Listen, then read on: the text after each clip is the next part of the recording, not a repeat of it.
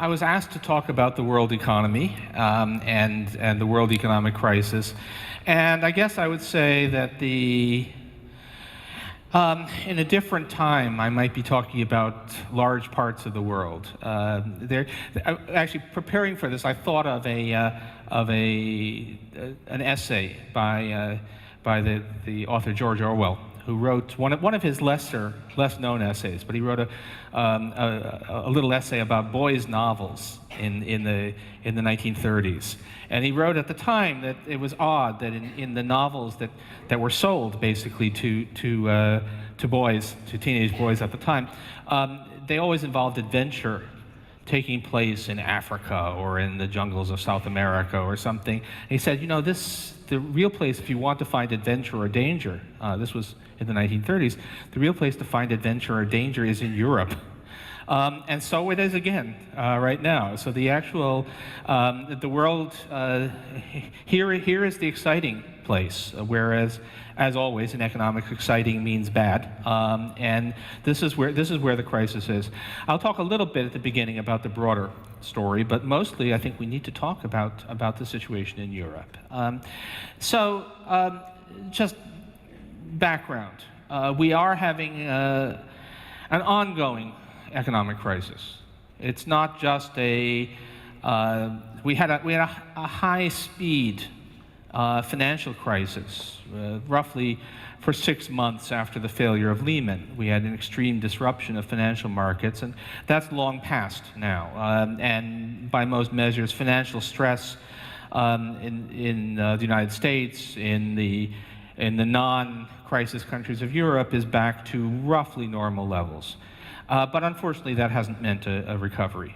It's meant that we are, at best, in the United States, having a slow, creeping recovery, and of course, worse than that in the European community. It is important, I think, to stress that this is it is a broad crisis. I think of it as a North Atlantic crisis.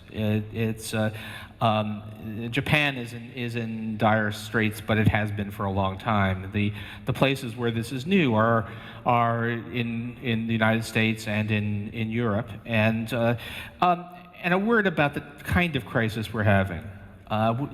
Different crises are not all the same, and this one is very much a type of crisis that we hadn't seen since the 1930s. It's a crisis of inadequate demand. And it is, I wouldn't actually say this is the world's worst crisis ever. The 1930s were the worst, but we're doing pretty well at having a really terrible time. So one of the motivating pictures I like to look at is simply, now this is slightly exceptional. But just look at Great Britain and compare it, quarter by quarter with what happened in the 1930s. And what you see is that actually they're doing worse. The British are doing worse than they did in the 1930s. Now, partly that's because their Great Depression wasn't as bad as some others, but still, if your notion is that what we're going through is nothing like the last great crisis of the Western economies, you're wrong. This is actually something that is comparable, and certainly in duration, and at least for many countries, comparable in depth. This is the big one. This is the really huge crisis that we feared. This is, if you like, this is the nightmares of economists who studied history. Your dreams are occasionally troubled by the thought that something like the 1930s could happen again, and now it has. The broad form of the crisis is actually not a mystery. What happened was that the private sector, it was the private sector almost everywhere, the private sector overreached. We had a long period of complacency, a period in which old rules about acceptable levels of leverage, acceptable levels of debt were set aside. Then we had large real estate bubbles, both sides of the Atlantic, during the past decade, which encouraged even more leverage. Then the bubbles burst, and private sector spending collapsed. You had households unable to spend because of debt, Corporations unwilling to invest because consumer demand had collapsed. So this is one of my few U.S. pictures. I'm going to show you a picture of the situation in the United States. A little easier to do it for the U.S. data, but it's the same picture. So the blue line there is the financial surplus of the U.S. private sector. It's the difference between saving and investment by the private sector as a whole, households and corporations combined. And it was a moderate deficit before the crisis hit. That moderate deficit was essentially covered by borrowing from China. And it has turned into a huge surplus. Households are saving more. Corporations are actually saving a lot through retained earnings, and investment has collapsed, both residential construction and, to a lesser extent, business investment. So the private sector has moved into a huge surplus. Now, the basics, if you like, the basic insight of macroeconomics is that we can't all be doing this. My spending is your income, and your income is my spending. And if everybody tries to spend less than his income, the result is that the economy contracts. So what has happened, in fact, is that the economies have contracted a lot and have only had a little bit of recovery. But to some extent, the decline has been limited by the fact that the public sector has moved into deficit. And so the private sector is spending much less than its income now. The public sector is spending much more than its income, not mostly because it's spending more, but because it's collecting less in the way of revenue. This is, at least for the short run, a good thing. You can argue that the fact that we have big governments that have moved into deficit is the main reason that we are not experiencing a full replay of the 1930s. Now, what I just showed you was an accounting identity, almost. It more or less has to be true that the government deficit matches the private sector surplus, not for any one country, but for a big country like the United States, close enough. How do we know which way the causation runs? How do we know that it isn't public deficits that are causing the private surplus? And the answer is we look at prices, and particularly we look at interest rates. And if you just take, and this is I believe this is my last US picture coming up. If we just look at the rate of interest at which the US government can borrow, so these are TIPS. These are Treasury inflation protected securities. So they are indexed to the consumer price index so that they're adjusted for inflation. Well, you know, a lot of people were warning that these big US government budget deficits would send interest rates sky high, which was just bad economics. It was a failure to understand the situation.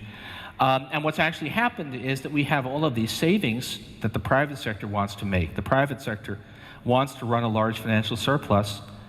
It's got nowhere to go.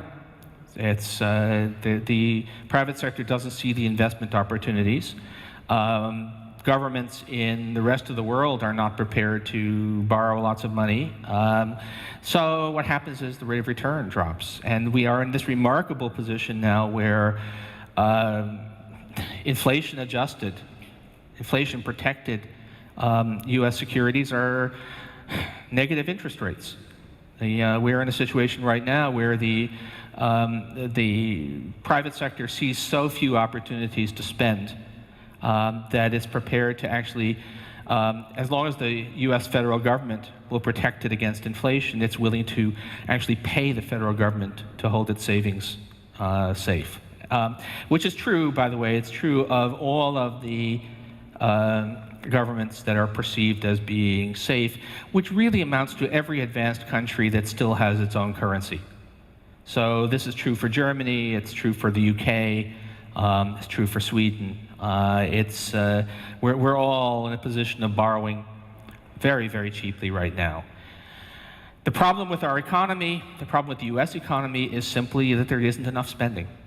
We're depressed because collectively the private sector is not willing to spend enough to make use of the capacity that's out there.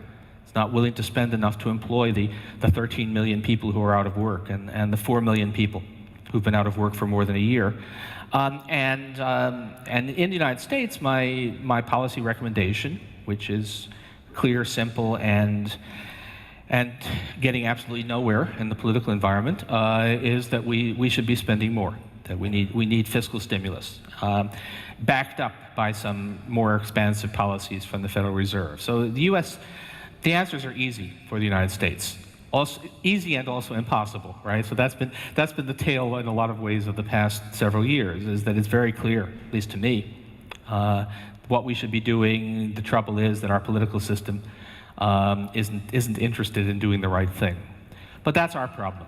And I guess I would say that these past several years, there's kind of a competition between the United States and the European Union. We're trying to see who can do a worse job of responding to this crisis. And at the moment, you guys are winning. You're ahead in that race to the bottom. Give us time, though. So ask me again after the November election in the United States. But for the moment, Europe is winning that race to make the worst job of it. Okay. The European situation is much more difficult inherently than the U.S. situation. So the U.S. situation, if we only had political consensus and intellectual clarity, it would be straightforward to see how to resolve it. The U.S., we could simply provide a bunch of aid to reverse the austerity that's been taking place at the state and local level. We could convince my former department chairman at Princeton, now demoted to running the world, Ben Bernanke, we could convince him to do the things he advised the Japanese to do back in the year 2000, and the U.S. problem would be over. So politics is the problem, but we have Europe is much more difficult because Europe did something that was a noble enterprise and something that got a lot of people excited, seemed to be the right thing to do, seemed to be the vision for the future, but was actually, in retrospect and to some extent, even in prospect, a really bad idea, which was to introduce the single currency. So Europe went over to a single currency. With a lot of warnings, by the way, that this was going to be really problematic.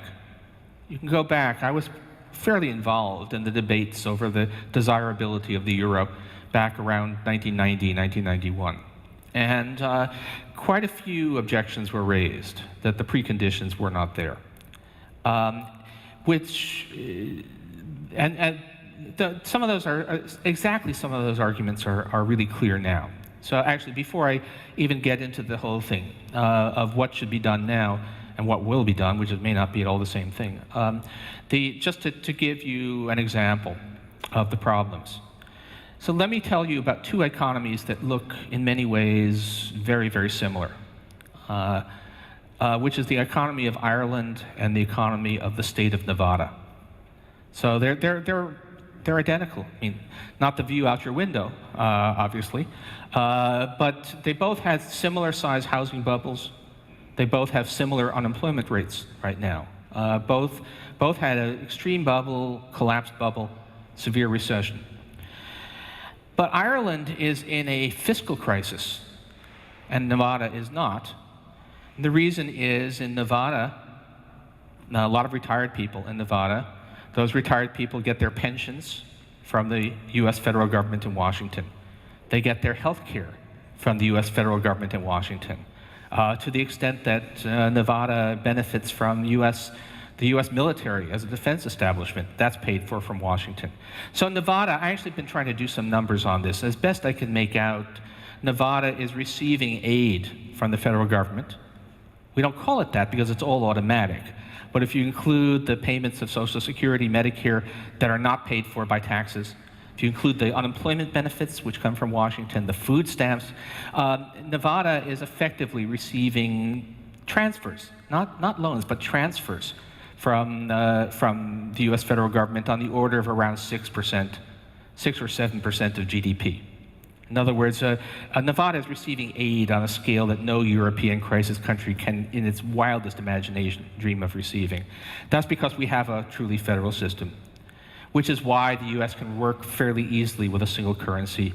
Europe cannot. So Europe has a much more difficult thing. Trying to make this single currency work was always going to be difficult. We should have seen it coming.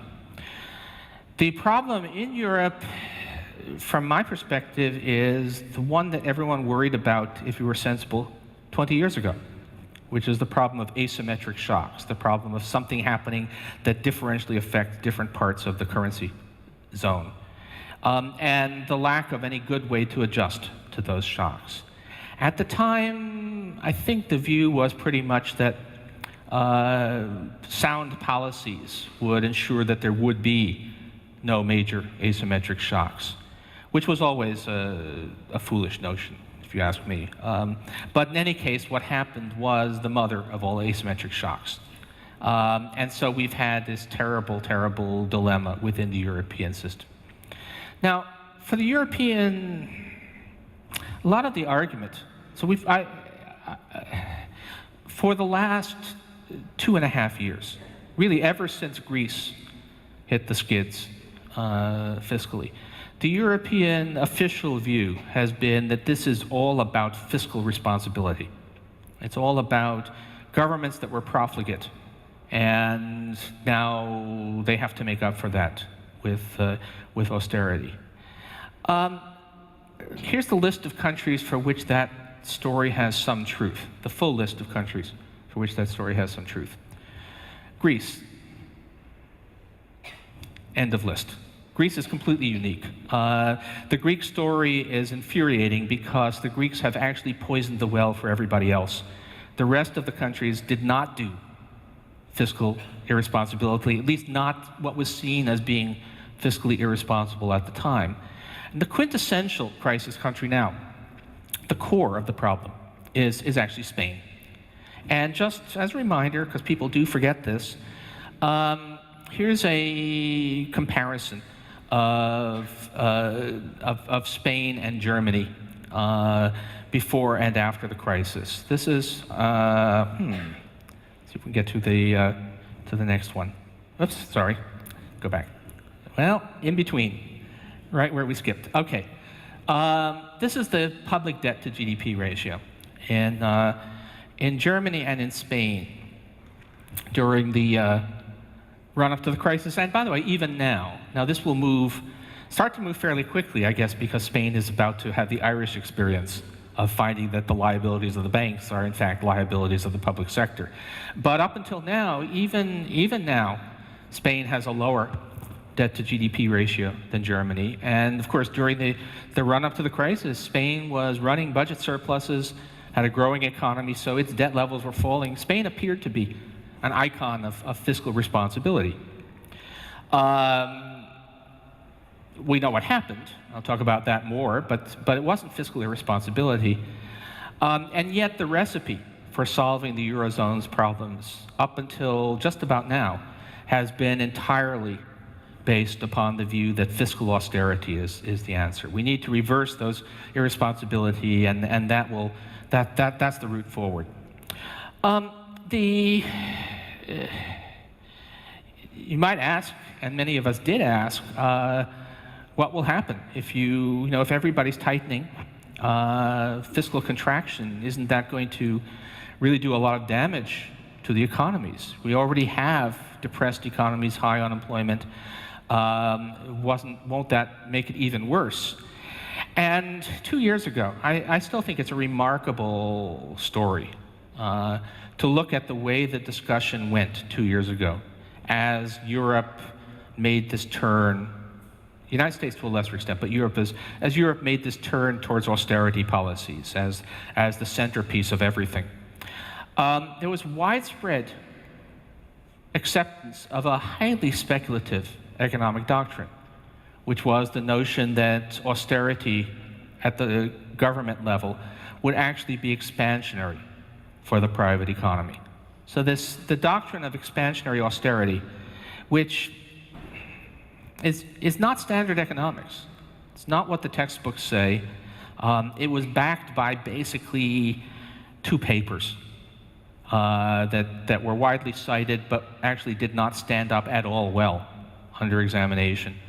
It was just a generally very dubious thing, which somehow got adopted, I guess because it was politically and emotionally appealing, and it got adopted. And I usually quote Jean-Claude Trichet saying foolish things about this, not because he's actually any worse than a lot of other people, but because of his position, and because actually there's a certain clarity in how he speaks that makes him quotable when he says something that's obviously wrong. So I feel bad, because I have no personal problems with Trichet, but he is quotable on these things. And above all, the claim was that despite the evident, direct negative impact of government cuts on the economy, that it would nonetheless be positive because it would inspire confidence. And so my contribution, I think, to the language of economics has been, I invented a phrase for that belief,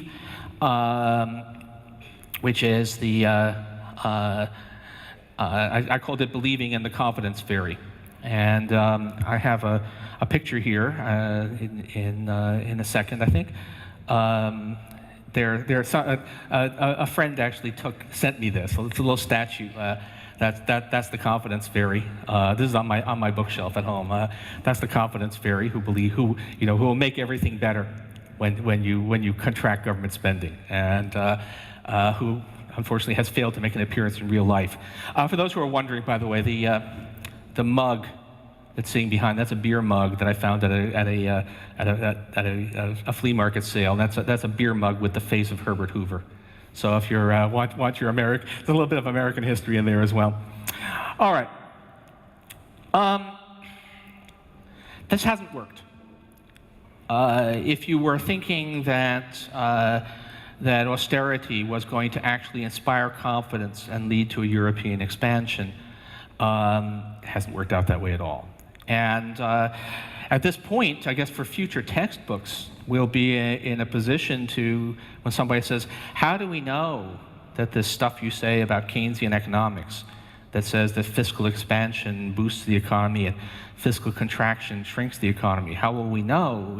And it actually, historically, it's been very hard to provide really clear evidence, because big changes in fiscal policy don't happen that often. For the United States, most of our evidence comes from wars. Actually, most places, mostly comes from wars. Military buildups and military drawdowns are the major examples. Those, fortunately, don't happen very often. And also, they're often accompanied by other things happening. But now, if you want experiments, if you want somebody to perform a major experiment in economics to see what actually works in terms of policy, well, the Eurozone has done it. And so we can produce charts like this.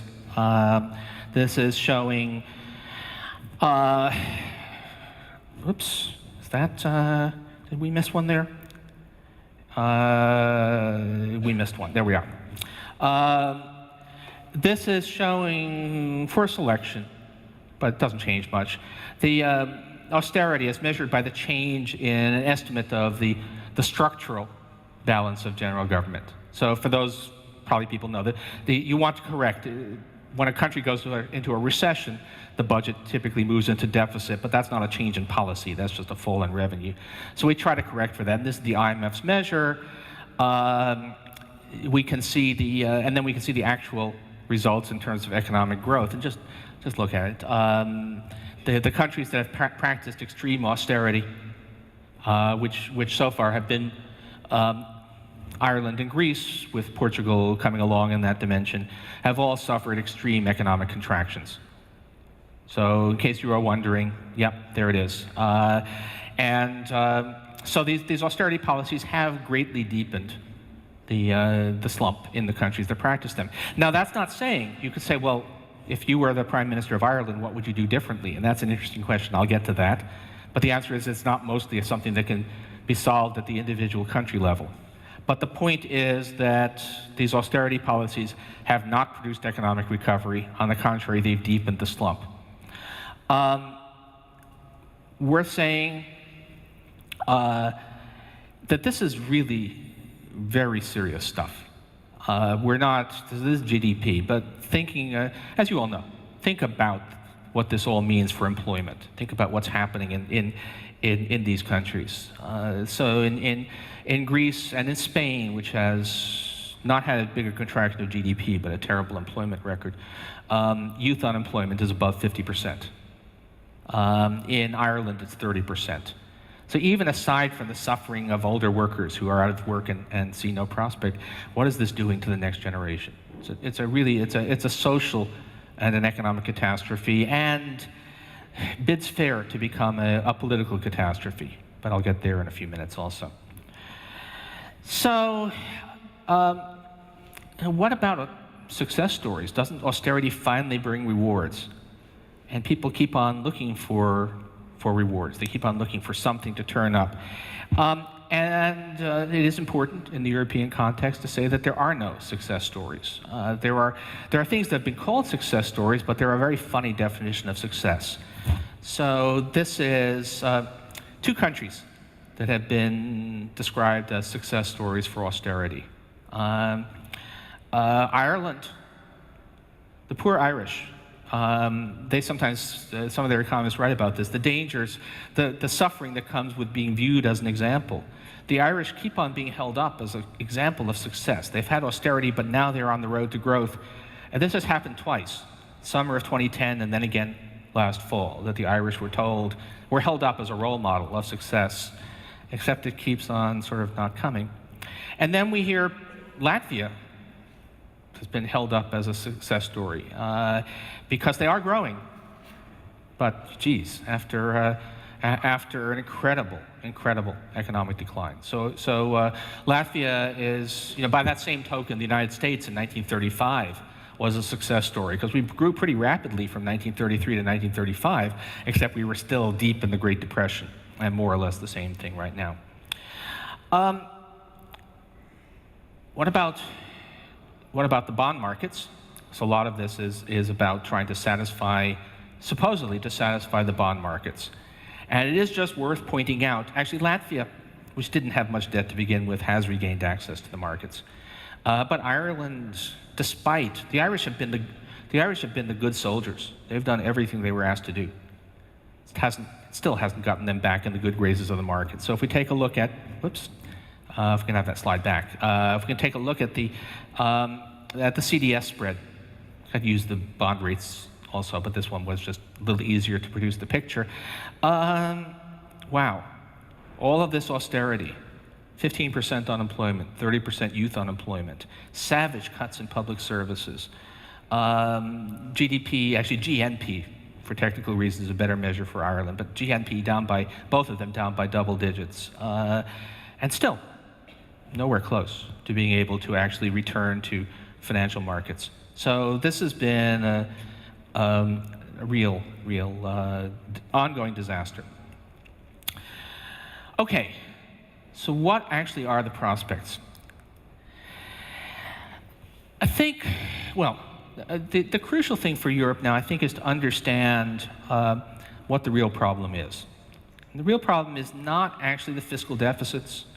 It's not even the collapse of bond market confidence, though those are symptoms. Those are symptoms of the broader underlying problem. The fundamental problem within the Eurozone is that that the coming of the euro caused a period of misplaced optimism, and that it's now extremely difficult to undo the effects of that era of misplaced optimism. More or less, I mean, this is actually a pretty close, it sounds like it's oversimplifying, but I think it really isn't. With the coming of the euro, investors believed that all Eurozone debt was safe. What could go wrong? And so there was a lot of, there was very nearly an equalization of borrowing costs all across the euro area. Even so, and that was a big change. Historically, Spanish rates had been significantly higher than German rates, Greek rates quite a lot higher than German rates. And so there was this, that collapsed. Money became cheap. Naturally, fueling large capital inflows into Southern Europe, fueling a large a surge of money, also, of course, housing bubbles, a great boom in Southern Europe. That was, it was a consequence of people feeling that the risks of economic instability in Europe had been ended. Well, okay. And the flip side of that is that there were large movements of trade balances within Europe. And this is your sort of basic story of the European picture.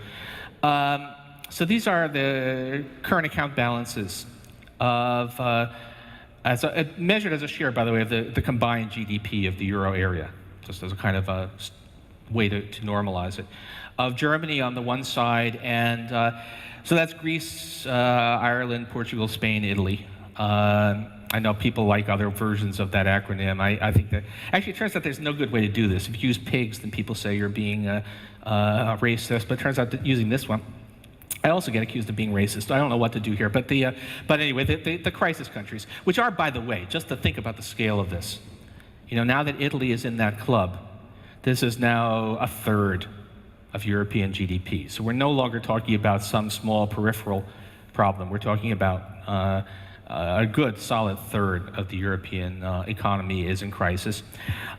This is all money, this is a vast flow of money from north to south, roughly speaking. Ireland, a little bit funny case, but basically, flow of money from north to south.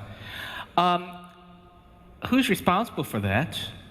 Well, with the exception of the government of Greece, it's not governments at all. It's private sector. Private sector transactions, there were two sides to those transactions. So there's this tendency now to say, oh, look at those Spaniards who borrowed irresponsibly. But if a Spanish caja makes what turns out to have been a bad housing loan, which was financed by borrowing on the wholesale market from a German Landesbank, who exactly is the guilty party here? And I think the answer is nobody. Everybody was over-optimistic. It was just a general belief that nothing really bad could happen. There are things that have been called success stories, but they're a very funny definition of success. So this is two countries that have been described as success stories for austerity. Ireland, the poor Irish. They sometimes, some of their economists write about this, the dangers, the suffering that comes with being viewed as an example.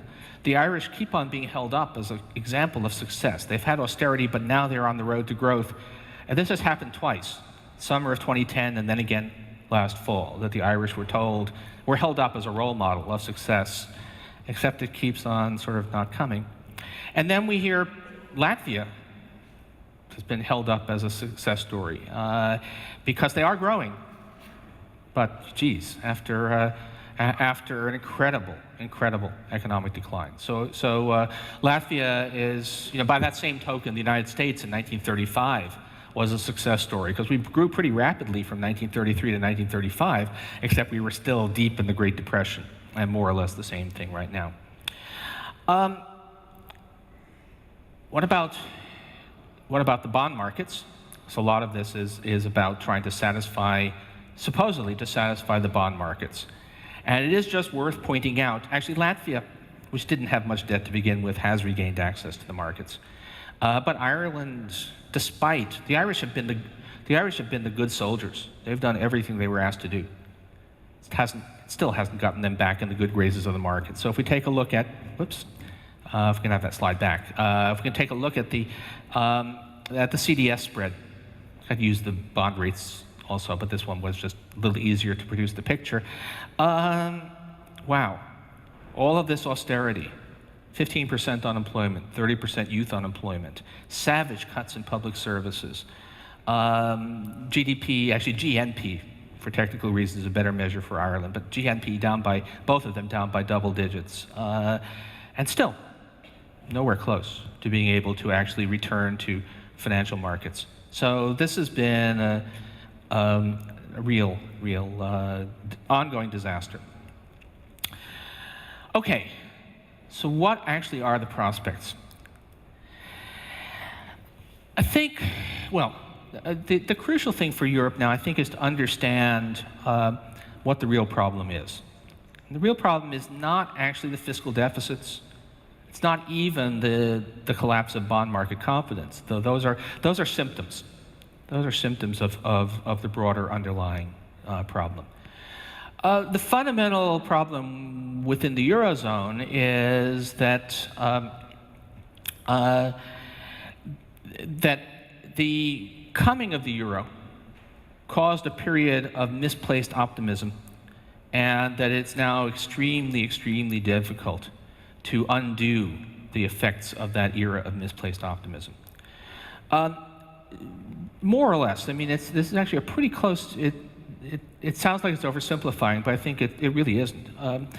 With the coming of the euro, investors believed that all Eurozone debt was safe. What could go wrong? And so there was a lot of, there was very nearly an equalization of borrowing costs all across the Euro area. Even so, and that was a big change. Historically, Spanish rates had been significantly higher than German rates, Greek rates quite a lot higher than German rates. And so there was this, that collapsed. Money became cheap. Naturally, fueling large capital inflows into Southern Europe, fueling a large surge of money, also, of course, housing bubbles, a great boom in Southern Europe. That was, you know, it was a consequence of people feeling that the risks of economic instability in Europe had been ended. Well, okay. And the flip side of that is that there were large movements of trade balances within Europe. And this is your sort of basic story of the European picture.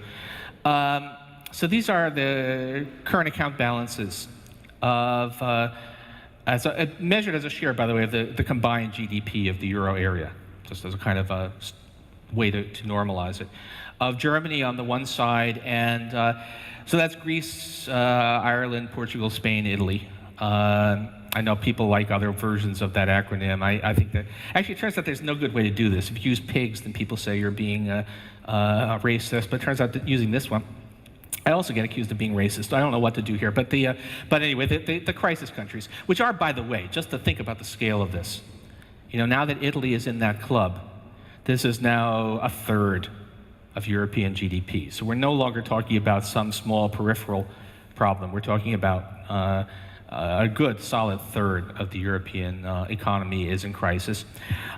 This is all money, this is a vast flow of money from north to south, roughly speaking. Ireland, a little bit funny case, but basically, flow of money from north to south. Who's responsible for that? Well, with the exception of the government of Greece, it's not governments at all. It's private sector. Private sector transactions, there were two sides to those transactions. So there's this tendency now to say, oh, look at those Spaniards who borrowed irresponsibly. But you know, if a Spanish caja makes what turns out to have been a bad housing loan, which was financed by borrowing on the wholesale market from a German Landesbank, who exactly is the guilty party here? And I think the answer is nobody. Everybody was over-optimistic. It was just a general belief that nothing really bad could happen, which of course was wrong. The counterpart of these capital flows was they have to be, the capital flows translated to trade imbalances. What's the mechanism through which that happens? It's basically differential inflation. All that money flowing into Southern Europe meant that there was higher inflation, higher growth in costs. And so if we look at unit labor costs, which are various, again, there are many different measures, but just look at what happened to unit labor costs in manufacturing, starting from the creation of the euro. You have Germany flat, Spain, great increase. And so, of course, Spanish manufacturing becomes uncompetitive. Spain runs a large trade deficit, which does not appear to be a problem in 2005, because there's all this housing construction which is keeping the economy booming. But of course, turns out to have been a problem in retrospect. A couple of things to say about that before I move on. One is, we get a lot of lecturing right now from Germany, saying, well, we did austerity and it worked and we were able to recover. And the German economy was actually fairly weak in the late 1990s, and it came out. The question is, well, how did that happen? And the answer is, well, you had a nice export market in Southern Europe that was inflating away and making plenty of room. So if you want Spain to redo what you did, where is the counterpart taking place in the European core to what happened in the European periphery when the core was making its way up? The other thing is, a lot of saying, oh, well, people should have known that this was all wrong. It was not easy. Let's put it this way: even if you did say that there was something very dangerous, it was very hard to persuade anybody. When things are going well, nobody wants to hear it. So I was at a meeting, I wish I could pin it down, it was either 2005 or 2006, a meeting in Barcelona, where we were talking about economic developments. And Olivier Blanchard, who's now the chief economist at the International Monetary Fund and a longtime colleague of mine at MIT, gave a paper basically saying, I'm scared as hell about the Spanish situation because of this huge external deficit. This looks like a bubble to me. And he was just brushed aside. You know, what do you know? You just don't understand how well we're doing things. So it always is. Okay. What do you do? Now that this has happened, how are we going to have a recovery? And the answer is, well, essentially you need to reverse what happened during those years. You need to have those Southern European economies go back to being competitive in trade so they don't need all those capital inflows and housing bubbles. Everything else follows from that. The budget problems are fundamentally it's fundamentally a balance of payments problem, which gets translated into a budget problem. Now, how are you going to return those trade flows around? Well, that's really, really hard, right? So if we still had European currencies, we'd say devalue the peseta, devalue the drachma. That would be the route. So instead, since we don't have those, the official strategy has been internal devaluation. Basically, we're going to squeeze down costs and prices in the periphery, and they will gradually restore competitiveness. This is really hard. Nobody is that flexible. And just my last picture for this talk. This is actual changes in labor costs, wages actually, wage compensation from 2009 to 2011. And what you see is that Ireland, which is the good boy, has achieved some modest fall in wages, but it's modest. And that's years and years of grinding austerity and high unemployment. Still a slow process. The others, basically not at all.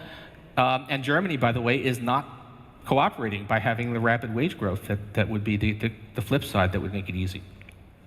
And so this, to add to this, one more thing, which is that we do have high levels of both public and private debt. And if you have a deflating economy, the real burden of that debt gets worse. And so that is your European crisis. This is, and it's unworkable, right? The current strategy is just not workable. It's asking too much. You cannot expect Spain, Greece to go through years and years of 30% youth unemployment, 25%, 30% unemployment, 60% youth unemployment, trying to squeeze down those wages to the point where they become competitive. It's just not going to happen. So what does happen? And that's where we are right now. There are two ways. This is not going to continue. There are two ways it could not continue. One is breakup of the euro. Perhaps one country at a time, but countries leave. They reintroduce a new currency. This is nightmarish. It's a horrible scenario because you have all these debts that are in euros. What do they become? There's enormous disruption. I think it's basically no prime minister can go and say, okay, I've decided we're going to leave the euro, because he will be held responsible for the chaos that results. Which doesn't mean it can't happen, because what can happen is that simply things fall apart and you're off. And among other things, the prime minister is booted out and a new government comes in. We've seen this movie. It's Argentina in 2001. It was easier for them because they still did have their own currency, although it was supposedly immutably pegged to the dollar. I knew the people involved. They kind of saw it coming, but there was just no way that the De La Rua government could actually decide to end the convertibility law. What you had to do was have the banking crisis, fall of the government, you reopen the banks, new government, and new currency regime. And in this case, new currency. That's right. That we're not now talking about some remote prospect. I think it's got to be significantly, I'd say 2-to-1, 3-to-1 odds that that's what's going to happen to Greece. Just don't see how it works out otherwise. Now, what happens afterwards? Argentina, after one terrible year, had a roaring recovery. Greece, it's going to be tougher, among other things, because their likely export sector is tourism, and how many people are going to want to take package tours to a country that's in the grip of political chaos? So this is going to be, but that's one route, and maybe this ripples all the way through. The other route out is change in European policy. I think too late. Greece is probably beyond. The Greek euro is not sustainable. But the Spanish. What about the Spanish situation? Well, you need to give the Spaniards a reasonable hope of being able to run the disequilibrium in reverse. They need to have a situation where they can get back to being competitive without having to undergo massive deflation. Can that be done? Only if the Germans are willing to accept substantial inflation themselves, and in fact, probably only if the overall Eurozone inflation rate is significantly higher than the rates that are now being considered acceptable. So give me 3.5% Eurozone inflation, 4.5% German inflation, and maybe this thing is workable. Okay, so what everybody says is that's impossible. They'll never accept that, although the Germans made an interesting statement yesterday that suggested that at least a small step toward realism. But when you say, but how about a breakup of the euro? Well, that's also impossible. So, but one of these things is going to happen. So one of these two impossible things is going to happen. And I guess 50-50 odds, right? Since we have no way of really assessing. This is a political question, but they're very serious. And this is extraordinary. It's extreme. Last thing, because I know I've run over on time. What about the political implications? Failure of the euro would be a terrible, terrible thing. The European project. I think the euro was a mistake. If I could go back in a time machine, I'd run into the hall at Maastricht and say, "Don't do it," right? Big mistake. But failure of it now is a catastrophic blow to the whole notion of a unified, peaceful, democratic Europe. You don't want to let that happen. The things that are happening now are ugly. I'm happy to see Hollande win in France, because I think that brings some flexibility. The Greek election, problem is all of the reasonable people were part of a national unity government presiding over a failing party. And who's left, who are the winners, is the extreme fringes. So, we now have ghosts of the 1930s suddenly coming back to life, not just in Greece, but elsewhere in Europe. And nobody, this is very frightening stuff. Hell of a story. And I guess I'm praying that Frankfurt and Berlin find a way to drop their notions of what is right and proper, and realize that this is not a morality play, and that they have to accept some things that they don't really like if they want to save the European project, which they damn well better do, or we'll all pay the price. Thank you.